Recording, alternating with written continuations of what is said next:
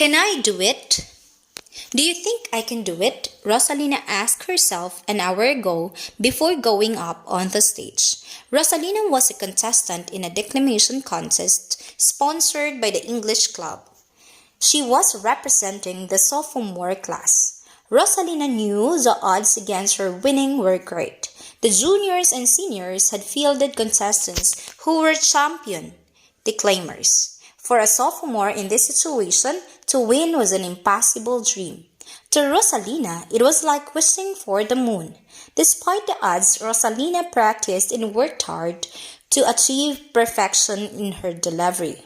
Of course you can. You have good poise and an excellent voice. Just don't let self-doubt overpower you. It can spoil everything, Estrella said. She had watched Rosalina during rehearsals many times, and she felt that her friend would put up a winning performance.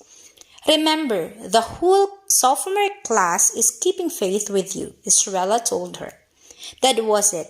All the sophomores, including their teachers, was behind her.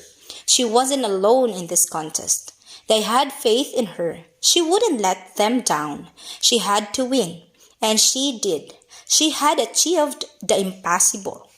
You did it, her friends cried with excitement. Yes, Faith did it, Rosalina whispered to herself. What contest did Rosalina participate in? A. Oratorical contest, B. Essay writing contest, C. Declamation contest, or D. None of the above. Number 2. How did she felt in joining the contest? A. Excited, B. Scared, C. Nervous, or D. Happy. 3. Who gave Rosalina the faith to go on?